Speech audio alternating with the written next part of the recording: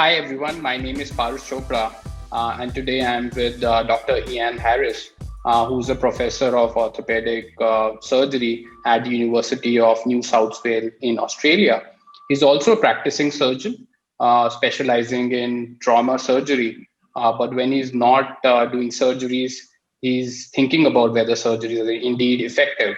So his research interests broadly span the effectiveness of surgical interventions, and he does that by conducting randomized trials and also doing systematic reviews of the literature. His research has convinced him that a lot of surgery that's done is indeed ineffective as compared to doing nothing. So, in that sense, surgery is the ultimate placebo, and he's written a book on that as well. So, that's what we are going to talk to him about today. So, welcome, Dr. Yan. Yeah, thanks for having me. Great. So, Dr. Yan, I was going through your talks, and it was interesting that you narrated an incident from your childhood, which pushed you to become a skeptic. So, I'd love to, before we dive into why surgery is the ultimate placebo, would love to understand more about your childhood. What were some of the events that pushed you into just questioning whether surgery is ineffective or not? Yeah, think that throughout my childhood, I've always been attracted by the scientific method, using science as a way of knowing things. My father was a mechanical engineer, and so watching him work around the house and things like that, you could very much see the principles of the way things add up, and cause and effect and things like that. And I became probably the example that you're referring to was when I was at university.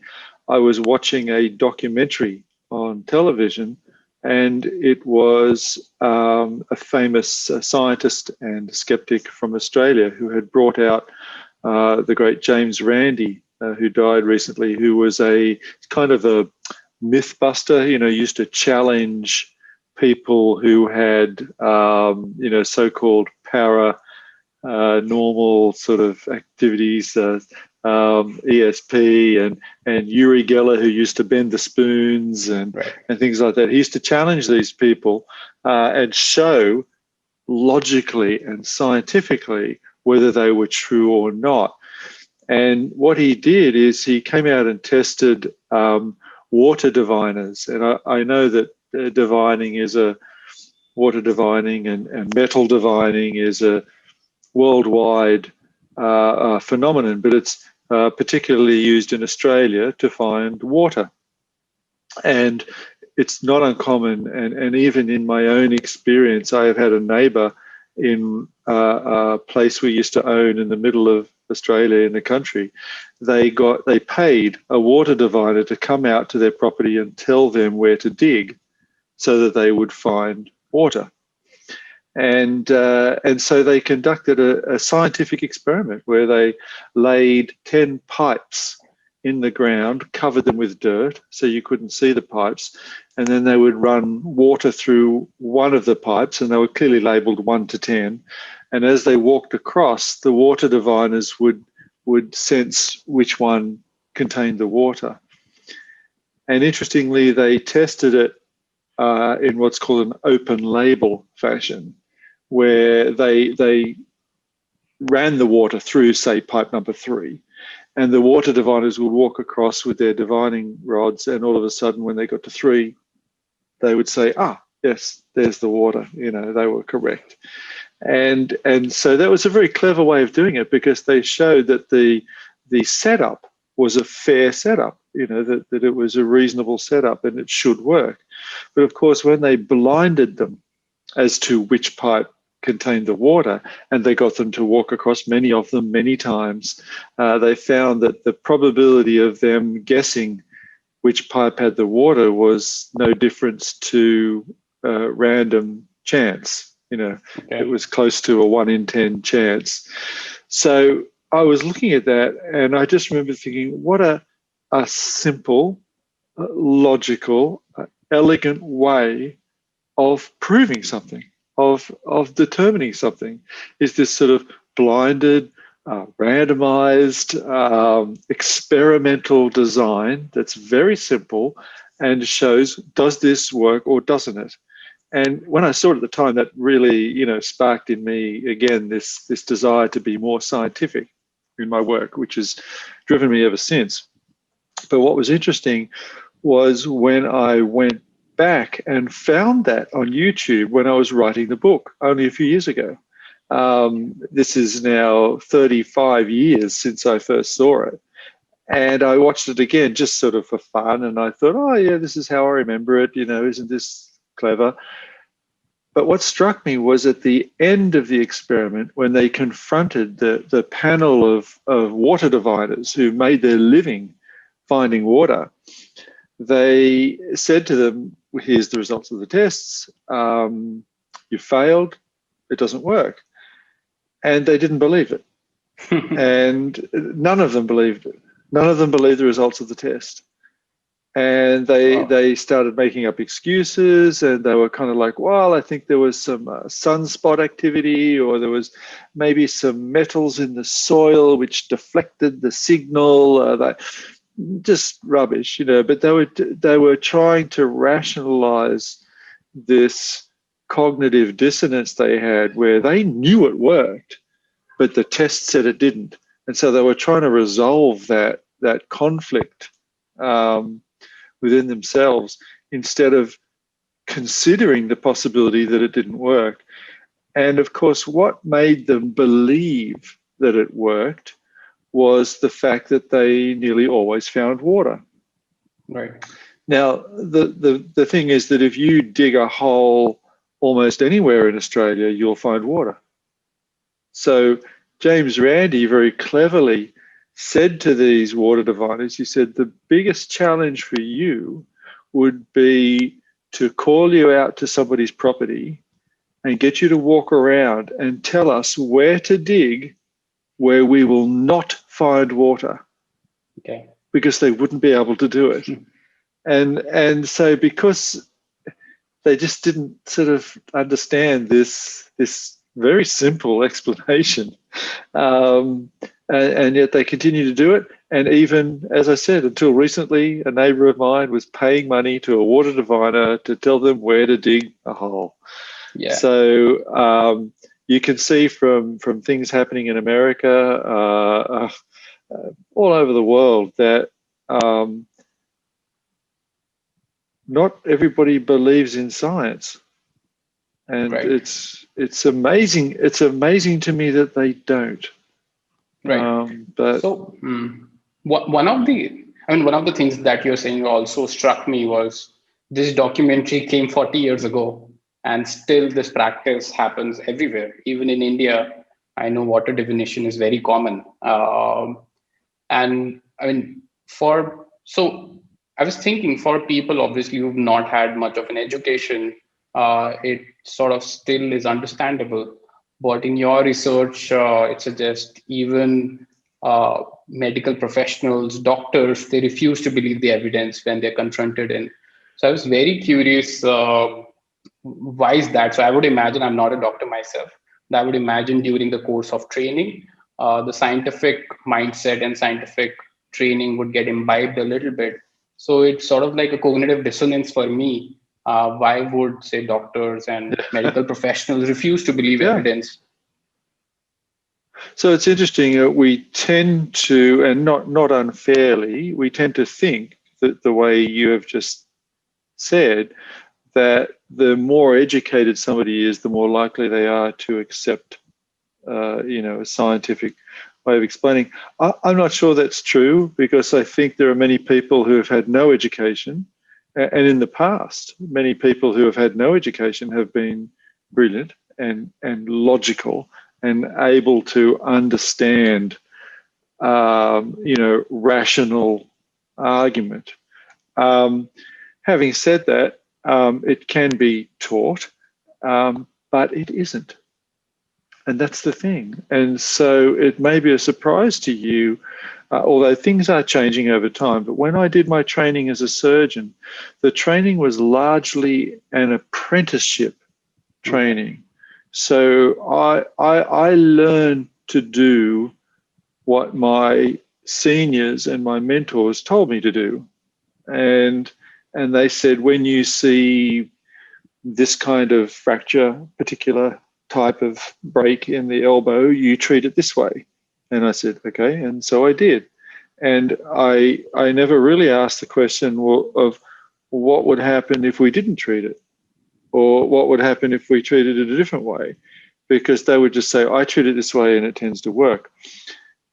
Now, the problem I discovered well after I became a surgeon was that the fact that we do something to people and they get better afterwards doesn't mean that they got better because of what we did. And that's the biggest problem in medicine. Just because you found water after you did your water divining, it doesn't mean that you found water because of the water divining. You could have just found water anyway. And what happens with a lot of medical conditions is that people get better anyway. And so we tend to attribute their improvement to what we do, because there's a very strong drive in the human brain to make these shortcut connections. When we see this and then we see this, we think that this caused this. And then we lock it away and we move on to the next observation. That's a very clever shortcut, and that's helped us to evolve and do some very clever things. But it's not always right. It's a logical fallacy to see one thing and then another and assume that they were caused and not just correlated. But that's what happens in medicine. That's what happens in alternative medicine. And so all the people out there who are practicing all sorts of, local, cultural, traditional medicines, homeopathic medicines, lots of other different types of medicine, these people are not knowingly defrauding people. They believe in what they do, because a lot of the time when they treat people, the people get better. And so they think, and the examples I give in the book are that medicine used bloodletting for over 2,000 years as a treatment for many, many different conditions, including, infections and pneumonia and other things. And because a lot of people recovered anyway, they always thought that it was due to the bloodletting that they got better. It's a very powerful way that we are wired, and it's difficult to overcome that. And so another thing I always say is that being human, or behaving like a human has been evolved to behave, is not necessarily very scientific. So being human is not being scientific. You have to think a little harder to be scientific. It's a bit like Daniel Kahneman says about thinking fast and slow. The thinking fast is what we do as humans, very easily, but it's not always correct. And sometimes we need to just step back and look at things more logically to find out whether we're right or not. Yeah. So you're totally right. Our brains evolved for us to help survive, not really to think rationally and find out the truth. So brain, in that sense, it takes an extra effort to find out the truth. And since you mentioned homeopathy, it's very interesting that it's very widely prevalent in India, and I'm sure in a lot of other places. And I vaguely recall growing up, there was a certain sort of attraction towards homeopathy, because it just seemed, the whole pitch was that it's so mild that it will not affect you. And of course, if you have a fever and it's so mild that it takes 2 weeks for you to get well, then attributing that to homeopathic pills or whatever that doesn't just make sense in retrospect. You would have anyway gotten better. And I think that's one of the things you also say, right, in terms of effectiveness of placebo, this natural history of a disease and this regression to the mean, and also things that we do when we are actually sort of, say, for example, the therapeutic envelope was the term you used. So can you talk a little bit about maybe talk about what is a placebo in the first place, and second, why does Yeah, it seem to work? yeah. So placebos are difficult to explain. They're not difficult to describe. So a placebo is something that is a treatment that has, by definition, no effect. So when you're taking a placebo pill, it could be just a bland inert substance, or a sugar pill, or something that doesn't contain any active ingredients that can possibly affect the condition that is being treated. So, if you have cancer and you take a sugar pill, the sugar pill is not going to affect your cancer.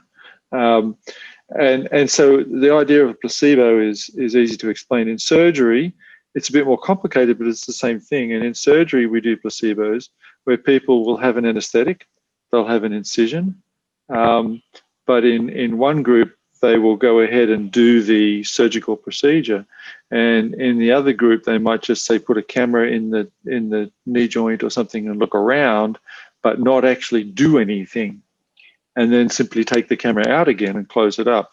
And the patient, the idea of a placebo, the reason we use placebos is so that we can blind the patient.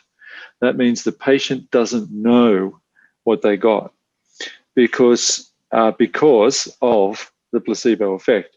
Now, what we call the placebo effect is difficult to explain because placebos by definition have no effect. But knowing that you had the real treatment compared to knowing that you had no treatment makes you behave differently, and it changes your expectations.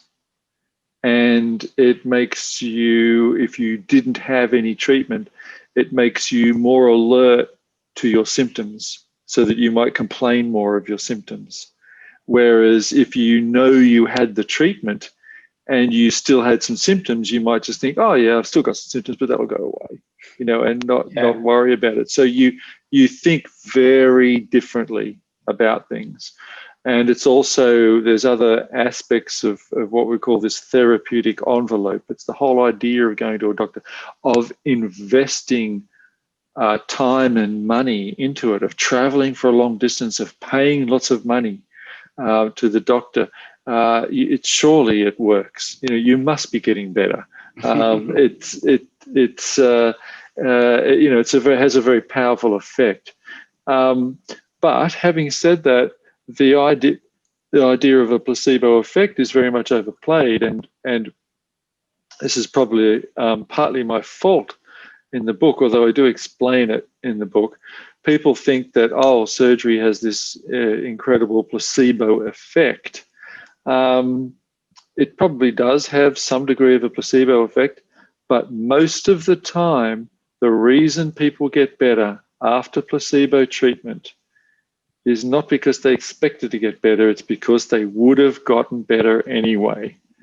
And it's because the condition that's being treated is a self-limiting condition, or a condition that the body can heal or repair or whatever. That's what I was thinking in terms of what's mind-boggling is you can categorize this into two ways. One is that something is ineffective versus something is ineffective as compared to placebo. So I think something is ineffective, doing away with it is an easier argument to make. But if something is ineffective as compared to placebo, then it's harder to sort of say that if you wouldn't have done this because placebo is clearly doing something. Yeah, but it's interesting. We also get the argument when we do studies comparing a treatment to a placebo, say a surgery, an operation to a placebo. If we show no difference, my conclusion is that this surgery doesn't work. It's no better than pretending to do the surgery. But some people take that and they say, then we should continue doing it because it has a strong placebo effect. And it's kind of a misunderstanding, I think, Right. of what a placebo effect is, because we're doing some research now trying to determine exactly how strong the placebo effect is in surgery, and it's turning out that it's a lot less strong than we thought. That most of the effect is simply due to the fact that people were going to get better anyway, or at the same time as giving the surgical treatment, we're also giving them something else, which is the real thing that's making them better, not the surgery. So in my field of musculoskeletal medicine, it's very common to do an operation and then follow that operation with a long course of physical therapy. And it's probably the physical therapy that's making them better, not the surgery. Okay. So, these are the things that we often just don't think about. So this placebo effect, then you could find out with maybe 3 groups. That's what you're saying. One where surgery actually happens, the other group where it's a placebo, and third where you just do nothing.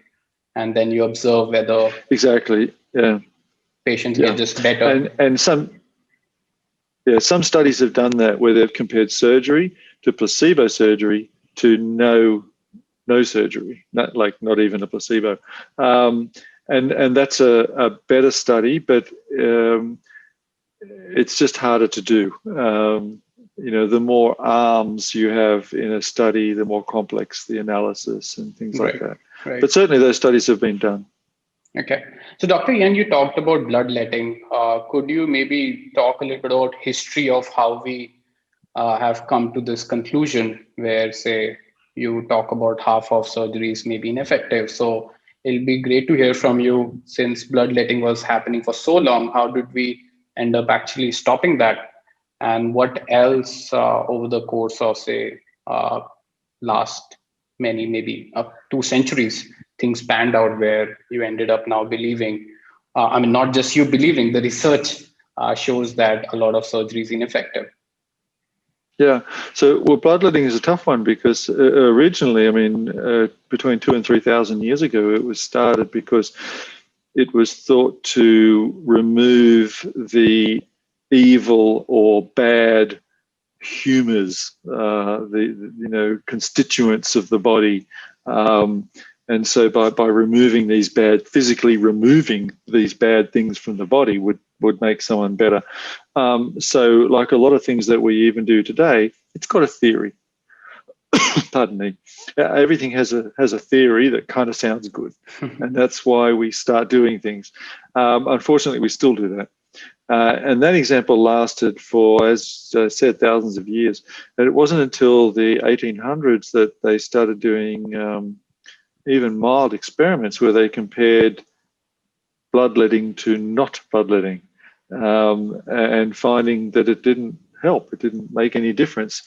But even then, it took about 150 years to completely wipe out the practice, because the believers, there was one experiment. They're not going to believe one experiment performed by someone else when they have been performing it themselves for years, and their teachers did it, and their teachers' teachers did it, and it's been in the books for thousands of years, and everybody knows it works. So if you have that situation and somebody comes up to you and says, no, I did an experiment that showed it doesn't work, you're going to discount that experiment. You're going to say, I just don't believe it. And that's really what happened. People just didn't believe it. But of course, eventually, another thing I say is that even though people aren't logical, science eventually wins out. Maybe I'm an optimist, because maybe it doesn't always, but I think that eventually the facts rise to the surface. So that everybody can see them. But it took a long time, and there were even textbooks in the 1900s, famous medical textbooks that suggested bloodletting for some conditions. So it does take a long time for these things to go. And same with surgery. And one of the most common operations that I used to perform, and one of the most common operations performed in the world, and certainly the most common operation performed by orthopedic surgeons, is knee arthroscopy, which is not a big operation, but it involves putting a camera and some instruments inside the knee through little keyholes, and we can chop out and cut back and remove loose bits of tissue and do things inside the knee. And it's particularly done for knees that have wear and tear, knees that have torn pieces of cartilage and things like that. And we can go in and clean them up with an arthroscopy. So it's very appealing, isn't it? Even the language, cleaning it up. That sounds very good. Like, how could that not be a good thing, you know? And so that operation really took off in the 70s, and by the 80s, when I started doing my training, it was very common. And by the 90s, everybody was having knee arthroscopies all the time. Unfortunately, nobody had done any proper scientific tests comparing it to placebo surgery, or even comparing it to non-operative treatment, non-surgical treatment. They just had not done the tests. They just assumed it worked because it made sense. And this continues today. This is what's driving surgery. It's what makes sense to somebody is what's being done. But what makes sense to people isn't necessarily true. You know, you've got to actually show it through scientific experiment. So it wasn't until the 2000s, and particularly between sort of 2002 to 2013, that kind of decade, there were a lot of different studies done in different parts of the world, different types of studies on different types of patients, some with arthritis, some with torn menisci or cartilages, and other conditions, and old people and young people. But what was interesting is that all of these studies showed that surgery was no better than not doing the surgery. All of them. And yet people just didn't either know about it or they didn't believe it. Because the rates of surgery right up to 2011 continued to rise. However, since 2011, the rates of knee arthroscopy in many parts of the world have fallen and are continuing to fall. So, like I said, eventually the facts will make their way to the surface so that they become undeniable. But at the moment, it's still on their way. It's amazing how, simple experiment of comparing doing something versus not doing something. Maybe in the case of bloodletting took thousands of years, and even after definitive evidence, it's maybe a gradual decline and not like a sudden thing. It just reminded me of that famous saying, if your salary depends on something, you'll refuse to believe it. Although I think in the case of surgeries, it just seems a little bit unfortunate because there is a hierarchy between the doctor and the patient. So if the doctor refuses to believe it, the patient really, they'll have a very hard time trying to refuse what the doctor is strongly recommending. This is a problem in that doctors have are in a very powerful position in society. They're very much revered. And all of these problems with modern medicine that I try to point out, people are very quick to blame the system, to blame the way medicine is funded, to blame the insurers, to blame the pharmaceutical companies, to blame the device manufacturers, to blame governments, but nobody ever blames the doctors, but they're the ones that are doing it. So I actually think that doctors deserve more blame with the problems of modern medicine. And it is a problem because of the imbalance in power between them and their patients.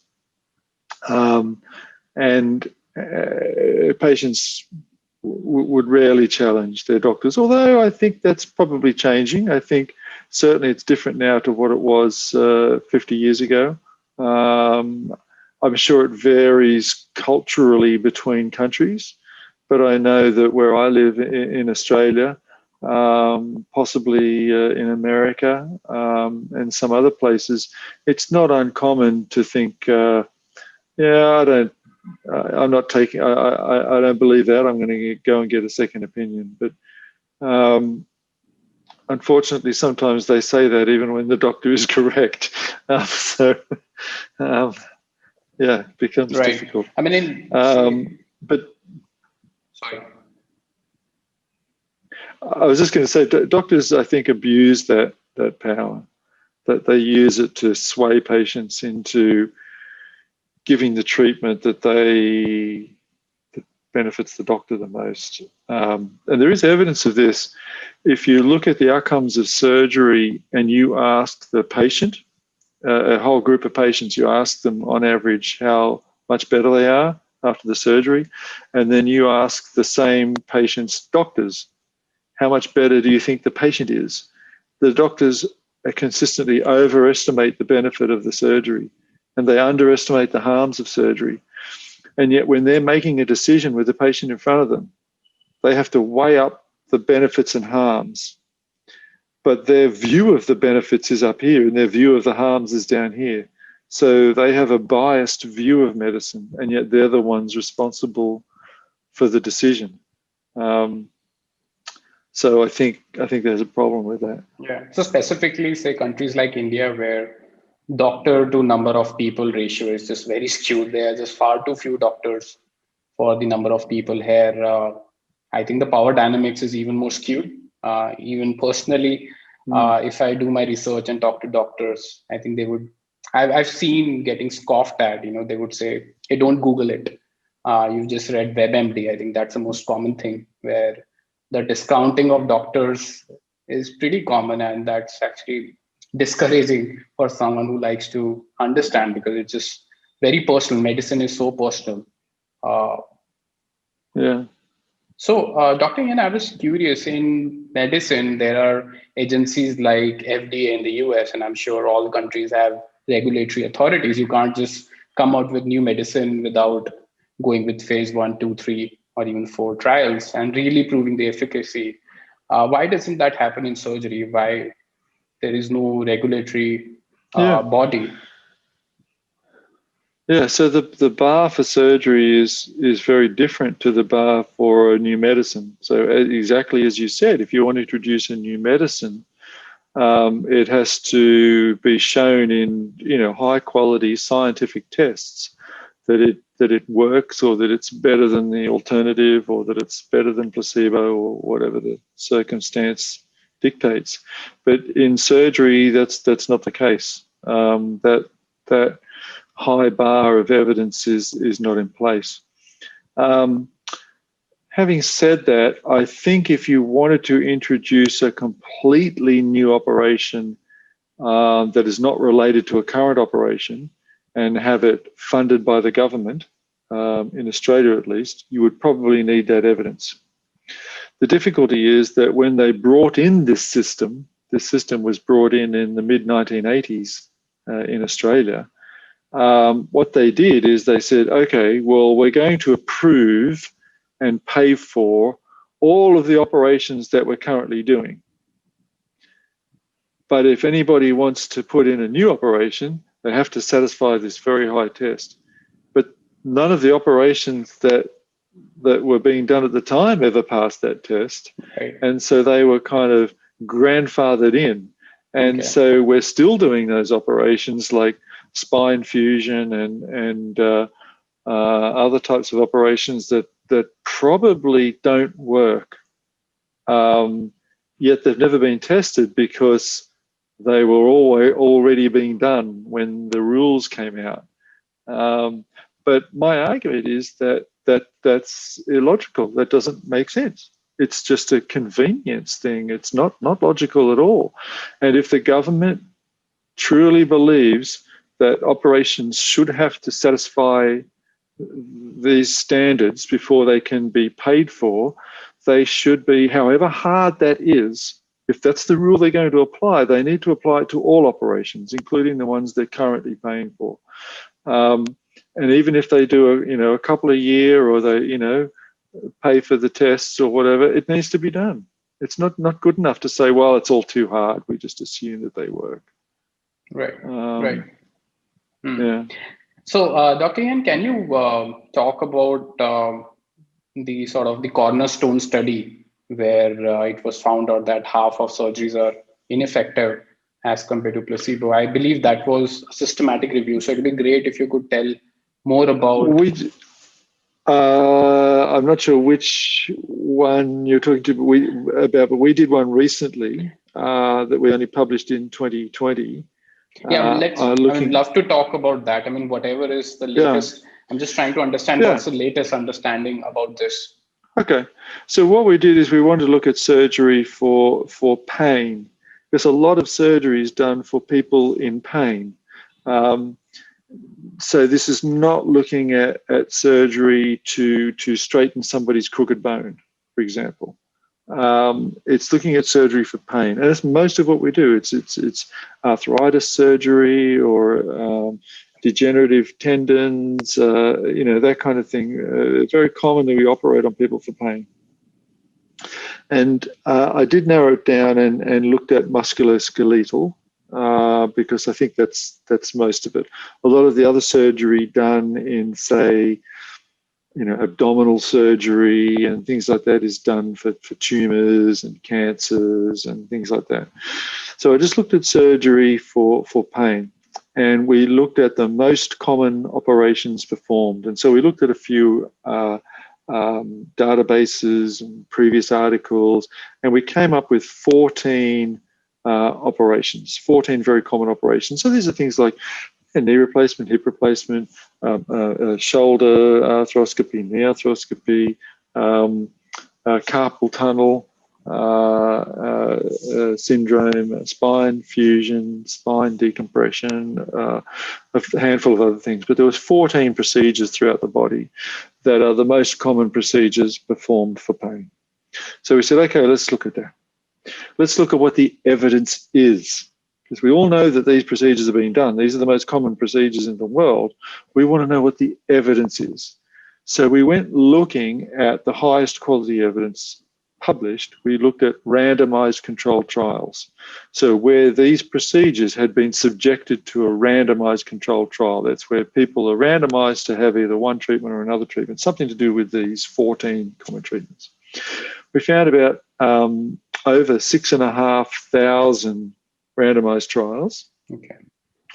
But what we were interested in is randomized trials that compared doing the procedure to not doing the procedure. Now, as you say, that sounds very simple, and it's just going all the way back to water divining and things like that. It's a very simple thing to understand. I'm going to take a group of people with pain, say, shoulder pain or carpal tunnel pain or whatever, and half of them are going to have the procedure and half of them won't. And we'll follow these people and we'll see what their pain levels are like. Are they the same? Is this group better? Is this group worse? They're very simple things. This is how we find out whether things work. Now, out of the 6,500 randomized trials, less than 1%, 64, were those kinds of trials. So more than 99% of the randomized trials performed and published were looking at different ways of doing the operation, or doing the operation with or without this minor adjustment or things like that, but not actually asking the question of whether it worked in the first place. And so that in itself was, I think, terrible, that there's so few done. And then we looked at these 64 studies divided between these 14 common procedures. And we said, how many of these 14 procedures have, on balance, the studies show that it's effective, that it's better than not doing the surgery. And in all of them except one, the balance of the studies showed that the surgery was no better than not doing the surgery. Wow. And so here we have the 14 most common procedures performed for pain in musculoskeletal surgery. For nearly all of them, the best evidence we have is that doing the surgery is not better than not doing the surgery. So that's where we are at the moment. It's like nobody's asking the most important question. No, they're assuming that surgery works. Now, that may be true. So I can give you some examples. And I think this is overdone there. See, a lot of surgeons will say, you don't need to do a randomized trial because it's so obvious that it works, that a randomized trial isn't necessary. Now, I can give you examples where surgeons have said that and have been shown to be wrong once a randomized trial has been done. So it just goes to show you the bias that surgeons have in that they believe, just like the water diviners, they believe in what they do. I've forgotten my point. Oh, that's right, the obvious ones, yeah. So I think cataract surgery is an example that I often use. So I think if people have very bad vision, again, cataract surgery is something that's probably a little bit overdone. And in the private sector in Australia, it's done on people with very mild cataracts who are probably getting along pretty well. But if you have severe cataracts so that your vision is very impaired, and then you have that cataract removed and have a new lens put in, that's a reasonably simple operation these days. You'll be able to see much better. So I think there are operations that work. When I do operations on people who have bones that haven't healed, and I operate on them and put plates and screws in and bone graft, and I get the bone to heal, there's very little randomized controlled trial evidence about doing that kind of procedure compared to not doing it. But because many of them have had bones that haven't healed for 5 years. I think we know that the natural history is that it just won't heal. Okay. And if I have somebody with a short leg, they've had a bad injury to their leg, it's healed, but it's healed so that their legs are uneven. So it's very difficult for them to walk, or they have to wear special shoes, and they want to have their legs evened up. I can do an operation that will even up the legs, and I can measure it at the end. Do I need to do a randomized controlled trial comparing doing that surgery to not doing that surgery? Possibly not. I can never be 100% certain, but I don't think I would spend time doing that randomized trial. I think there's a lot of other areas that need to be done. So it's probably fair to say that the randomized trials are being done in areas where there is questionable effectiveness. Okay. And the randomized trials aren't being done on the procedures that probably really do work. One of the examples out of the 14 that we looked at was total hip replacement. Now, total hip replacement is a very common operation. It's very widely done, and I personally believe that it's very effective for people with severe arthritis in the hip. But it's never been subjected to a randomized controlled trial comparing it to leaving the patient alone. I don't think such a trial would be worthwhile, but I'm very cautious about saying that because of the surprises we've had in the past. Right. So, Dr. Ian, since you're a practicing surgeon, do you send people away if you feel they're asking for surgeries which are proven to be ineffective? Very commonly, yeah. Very commonly send people away telling them not to have surgery. Okay. And I was also curious, say, coming to the main thesis of your book, Surgery is the Ultimate Placebo. You talked about in one of your talks how even the nature of placebo makes a difference in perceived effectiveness. And I was very intrigued when you said if you have 2 pills as placebo, that has a higher effect as one. If you have, for example, color of placebos make a difference, or if someone who's giving a placebo wears a lab coat or not, and if the placebo gives you a little bit of pain, that so it's amazing because I would imagine a placebo is a placebo. So what's going on, and how does that relate to surgery being perceived as the ultimate placebo? Yeah, it goes to the patient's perception. The idea of a placebo is to blind the patient so that they don't know if they had the treatment or not. But we know that when we give a placebo pill, for example, if that placebo pill makes the patient's tongue tingle, then they will be more likely to think they got the real treatment, and therefore the placebo effect will be stronger. And I think that's the problem with surgery. The average person doesn't consider surgery as a placebo. It doesn't make sense to them. They can understand the concept of a placebo pill. That's fine. And most people, you say, even common pills that are prescribed that aren't very effective, like antidepressants, a lot of people would believe that. They would believe, yeah, probably these things aren't that great, and probably a lot of them is placebo. But when you say, oh, that knee replacement that you had, a lot of that was placebo, so it doesn't make any sense.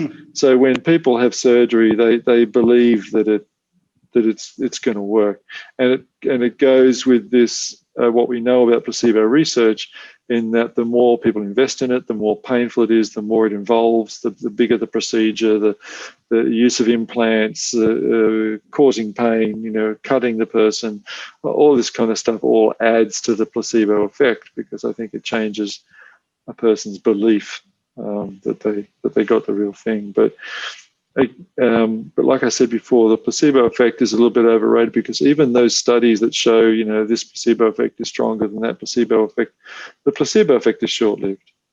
If you're doing a procedure for someone and you want to cure their pain for the rest of their life, the placebo effect is not going to do it. It really needs to work properly. Right. And Dr. Ian, I was also wondering, how much effort does a meta-analysis or a systematic review take? I'm asking in context of, say, there's so much of literature out there. Do you imagine in future there'll be like AI or automation where a lot of studies could be just processed by a program, and we just get this automatic synthesis of knowledge, what works and what doesn't? Yeah, it's a lot of effort to do a meta-analysis or a systematic review. It's an extraordinary amount of effort, and given that the amount of new literature that's coming on all the time, they become outdated very quickly, even though there are a lot of effort. What people are moving to now are what's called living systematic reviews. So this is where the program is all set up. The data is extracted from the studies. It's summarized and analyzed and pooled, and a result is given with confidence intervals, etc.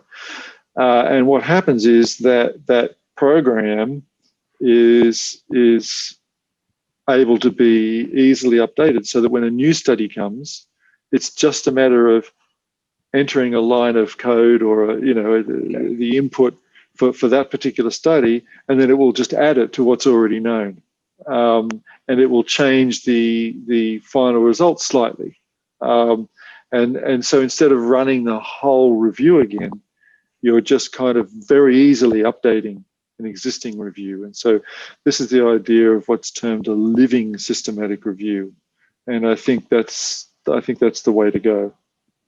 Okay, and I would imagine a lot of automation can really play in this where. Yes, we can already be automatically alerted when new studies of the type that we're looking for are published. They will come up in our alerts.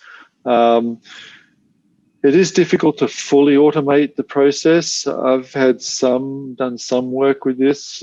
There's some questions that can be answered, but it's difficult to extract data from publications because they're written in paper. It's difficult to extract the exact results that you want without manually extracting them. Okay. Maybe with the format and the structure of scientific papers in the future, that will be easier. Right. But at the moment, it still takes manual extraction. Okay. Great. So, Dr. Ian, since we're at the end of our conversation, I would ask the question that you would perhaps get asked a lot. what should, as a patient, I be doing? What questions should Yeah. I be asking? Or if someone recommends me a surgery, what should be my next course of action? Yeah, it's a very good. It is commonly asked, but it's a very good question. So what I say to people is that what you should be asking your doctor is, what evidence do you have, and how strong is that evidence? So how good is the evidence that having this surgery is better for me than not having the surgery? Taking the probability of benefit and the probability of harm, putting everything together, is this operation better than not having this operation? Very few people ask that question. Very few people. Because when you get suggested, they say, well, I think you need to have this big operation. Patients will ask, oh, gee, I'm worried about it. What are the risks? What are the complications? And the surgeon will normally happily discuss the, possible complications of the procedure. But all the time, they will be weighing that up against the assumption that the operation will cure their condition. Right. That's never spoken of. That's the unspoken part of the consultation. And the focus on complications and risks are always being balanced against curing my condition. And this side of the argument is not discussed. It's not like, well, in fact, the probability of curing your condition is no better than if I don't do the operation. It's because to me, then it doesn't matter whatever the risks are. It's already too many. But that's what you need to ask. I've had one personal experience where I've done that with a relative, where I sat in on the consultation. I was not the patient. And a very long consultation because the surgeon knew who I was. And at the end, the surgeon said to my relative, I think that, I recommend this surgery. And I had not said a word throughout the whole consultation. He kept looking at me, waiting for something that I didn't say a word. And at the end of the consultation, I said, because this was a serious condition, I said, what evidence do you have that doing this procedure will affect the mortality, will make him live longer? And the surgeon's reaction was, oh, you're talking about this study, or you're talking about that study. Oh, we don't, that study's been discredited. I said, I'm not talking about any studies. I haven't even looked it up. I don't even know. I'm just asking you, do you have any evidence that doing this operation will make the patient live longer? And he got very defensive, saying that the studies that show no difference are all discredited. So I'm immediately thinking, are there any studies that show that this surgery is beneficial? Because they weren't, so yeah, that was interesting. That's the question. I guess, but in case of, say, something like chronic pain, let's say my knee is always paining, and I know that knee replacement surgery is not going to be effective. What should be my course of action? I know there's no straight answer to this, but in terms of something that doesn't go away and it's bothering you, in spite of there being evidence, do you see patients would just get... Okay, another very common problem, people, if knee pain's bad enough, then knee replacement may be very helpful. But another common one I get is back pain. People with back pain, they're saying, oh, I think I need a fusion. And I say, no, fusion, but it's not getting any better. That may be the case, but it may not get any better with the surgery either, and you would have had all the risks and costs of surgery on top of it. And they say, oh, but you don't understand how bad my pain is. And I have to explain to them, the severity of your symptoms doesn't change the effectiveness of the operation. If an operation is ineffective, it's ineffective. The fact that you've had pain for 10 years or 5 years doesn't suddenly make the operation effective. The fact that your pain is 7 out of 10 instead of 3 out of 10 doesn't make the operation effective. If the operation's ineffective, it means it doesn't work. And I'm sorry, and I understand that you're in terrible pain, you've had it for a long time, but this operation will not help that. And the probability is that it may make you worse. People just have to understand that, yes, that, there's other ways of treating pain, and we can look into that.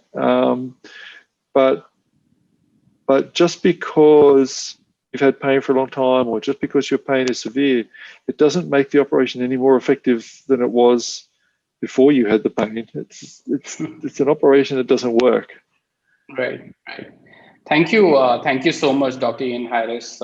Everyone should know more about what you have to say. Your book, Surgery, the Ultimate Placebo, I think everyone should read it. So I'll link it in the podcast episode. But once again, thank you so much for your time. It's an important area where the society needs to proceed. So really thankful for you to share all your ideas with me today. My pleasure. Thanks. Thank you. Bye-bye. Have a great day.